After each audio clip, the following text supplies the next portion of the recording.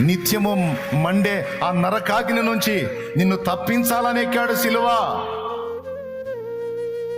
పిచ్చి బట్టి కాదు.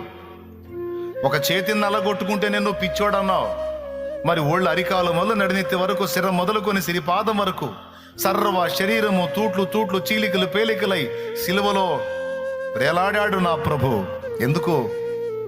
ఎందుకంటే ఆ పని ఆయన చేయకపోతే తన పిల్లలు నరకం తప్పించుకునే ఛాన్స్ లేదు కాబట్టే మహిమను వదిలిపెట్టడానికి ఇష్టపడ్డాడు. మట్టి మనుషుల్లో మనిషిగా పుట్టడానికి ఇష్టపడ్డాడు.